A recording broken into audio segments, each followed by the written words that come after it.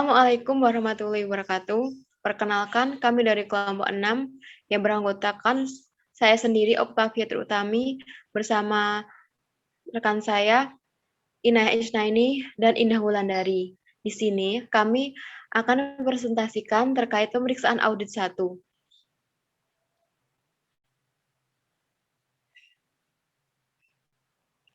Dalam pembahasan pemeriksaan audit 1, di sini kami akan membahas beberapa sub. Yang pertama, pemeriksaan kas dan setara kas. Kedua, pemeriksaan piutang usaha dan piutang lainnya. Yang ketiga, pemeriksaan surat berharga dan investasi. Pertama, pemeriksaan kas dan setara kas. Kas dan setara kas merupakan aset lancar perusahaan yang menarik dan mudah untuk diselewengkan. Selain itu, banyak transaksi perusahaan yang menyangkut penerimaan dan pengeluaran kas.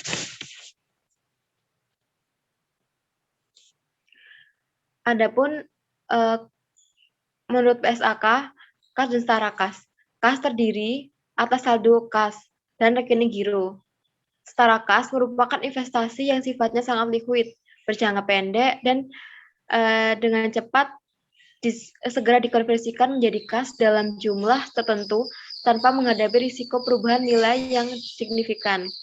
Sedangkan menurut SAK etap, setara kas adalah investasi jangka pendek dan sangat likuid yang dimiliki untuk memenuhi komitmen kas jangka pendek, bukan untuk tujuan investasi atau lainnya.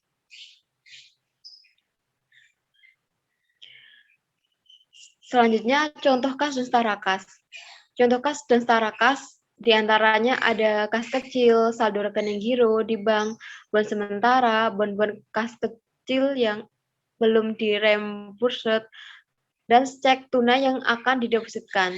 Selain dari contoh kas setara kas, ada pun bukan kas dan setara kas.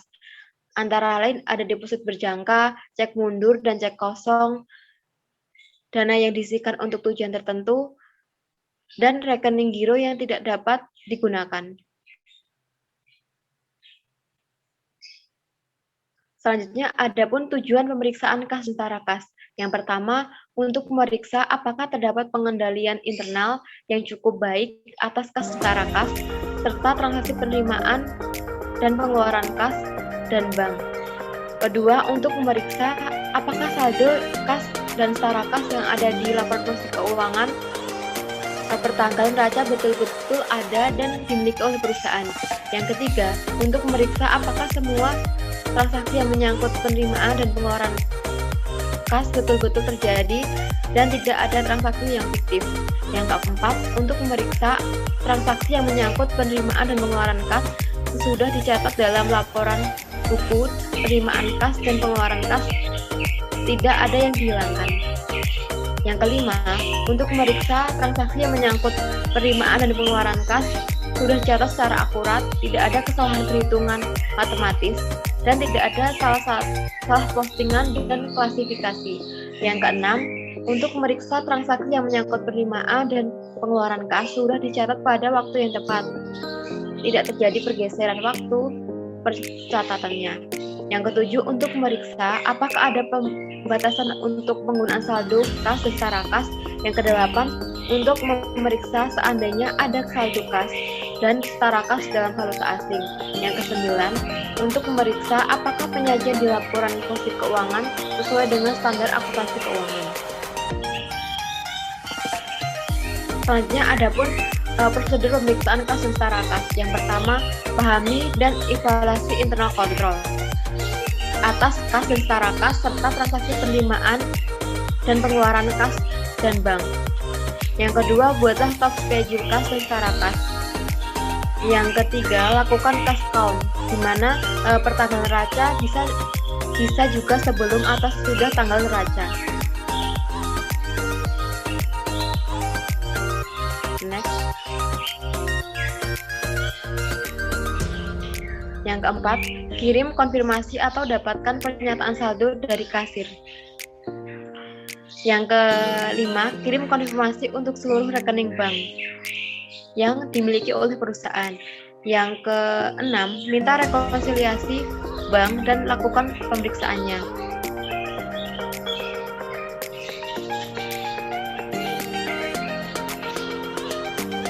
Kemudian prosedur yang ketujuh, review jawaban konfirmasi dari bank.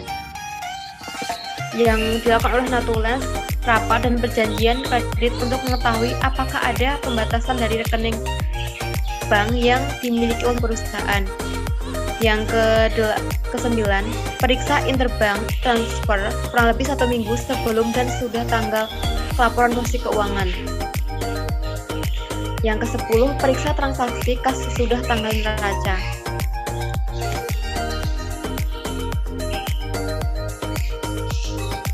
Ke-11, konversikan saldo kas dan setara kas dalam mata uang asing. Yang ke-10, periksa apakah penyajian kas dan setara kas sesuai dengan standar akuntansi keuangan SAK, ETAP, dan IFRS. Yang terakhir, buat kesimpulan di top schedule kas dan setara kas.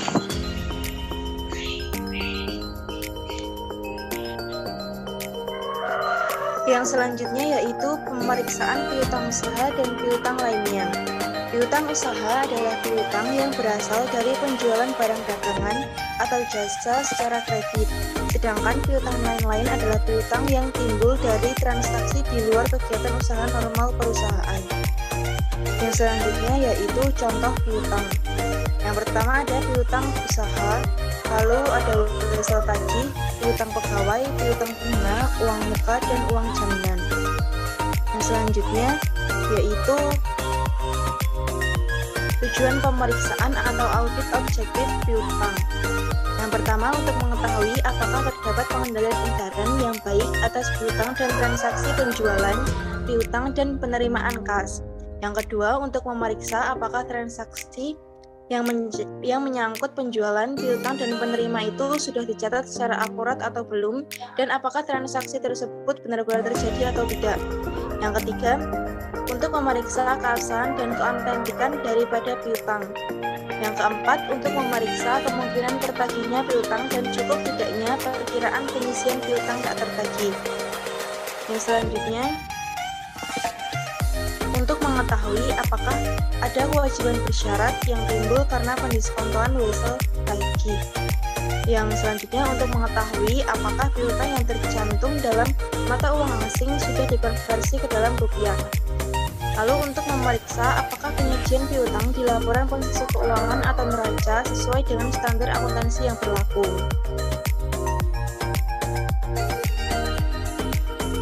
Prosedur pemeriksaan piutang usaha yang disarankan. Yang pertama yaitu pahami dan evaluasi internal kontrol atas piutang dan transaksi penjualan.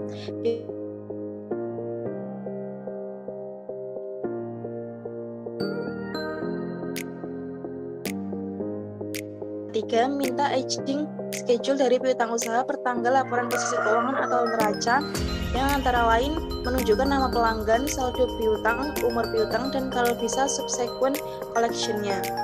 Yang keempat, periksa mathematical akurasi dan cek individual balance ke subledger lalu totalnya ke general ledger.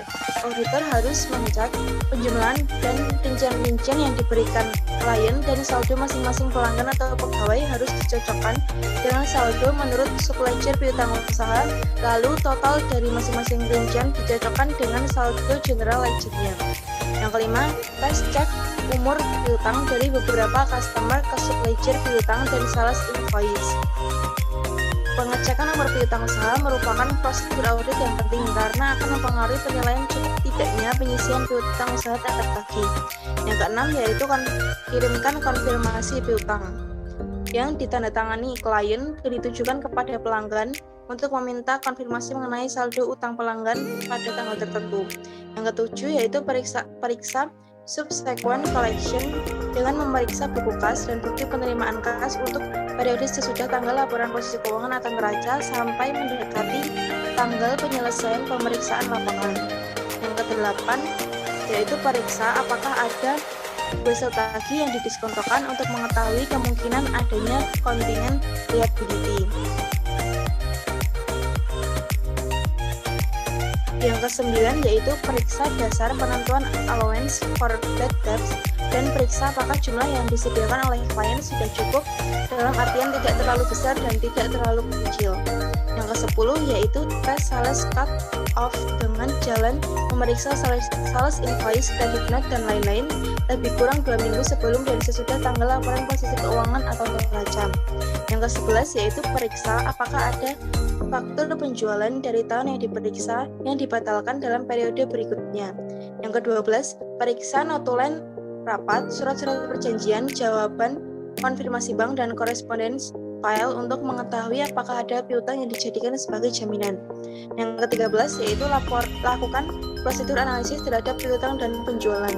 Yang keempat yaitu periksa apakah penyajian piutang di laporan posisi keuangan dilakukan sesuai dengan standar akuntansi keuangan di Indonesia.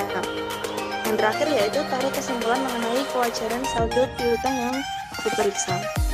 Yang selanjutnya akan dijelaskan oleh Mbak Indah Wulandari. Untuk selanjutnya yaitu pemeriksaan surat berharga dan investasi. Surat berharga dibeli dengan tujuan untuk memanfaatkan kelebihan dana yang tersedia. Biasanya surat berharga tersebut harus mudah diuangkan dalam waktu singkat dan surat berharga tersebut diklasifikasikan sebagai temporary investment atau marketable securities yang merupakan current asset. Menurut PSAK 2015, instrumen ekuitas adalah setiap kontrak yang memberikan hak residual atas aset suatu entitas setelah dikurangi dengan seluruh liabilitasnya.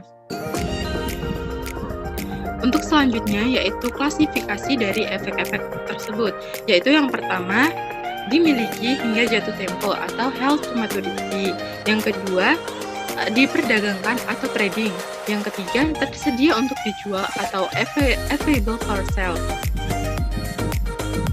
Untuk yang selanjutnya yaitu tujuan pemeriksaan atau audit objektif surat berharga untuk memeriksa apakah terdapat internal kontrol yang baik. Kemudian yang kedua, memeriksa apakah surat berharga yang tercantum di laporan posisi keuangan neraca betul-betul ada. Kemudian memeriksa apakah semua pendapatan dan penerimaan yang berasal dari surat berharga tersebut telah dibukukan. Kemudian yang keempat, memeriksa apakah penilaian atau valuation dari surat berharga tersebut sesuai dengan standar akuntansi keuangan yang berlaku di Indonesia. Kemudian yang terakhir dari tujuan yaitu memeriksa apakah penyajian di dalam laporan keuangan sesuai dengan standar akuntansi.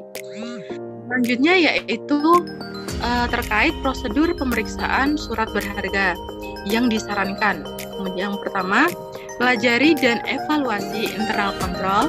Yang kedua, minta rincian surat berharga. Yang ketiga, periksa fisik dari surat berharga tersebut. Kemudian yang keempat, kita harus mencocokkan data dalam rincian. Yang kelima, periksa mathematical akurasi dari rincian surat berharga. Yang keenam, cocokkan saldo akhir dari rincian tersebut dengan buku besar. Kemudian prosedur yang ketujuh yaitu kita harus melakukan vouching atas pembelian dan penjualan surat berharga. Kemudian yang kedelapan yang perlu kita lakukan yaitu periksa perhitungan bunga dan dividen. Yang kesembilan, kita juga harus memeriksa harga pasar dari surat berharga. Yang ke-10, kita juga harus mengadakan diskusi dengan manajemen. Yang ke-11, kita juga harus memeriksa subsequent event. Yang ke-12, memeriksa apakah penyajiannya sudah sesuai dengan standar akuntansi yang berlaku di Indonesia. Dan yang terakhir, kita harus menarik kesimpulan dari surat berharga tersebut.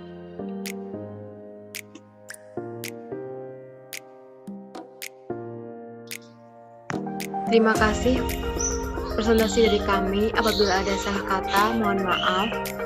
Wassalamualaikum warahmatullahi wabarakatuh.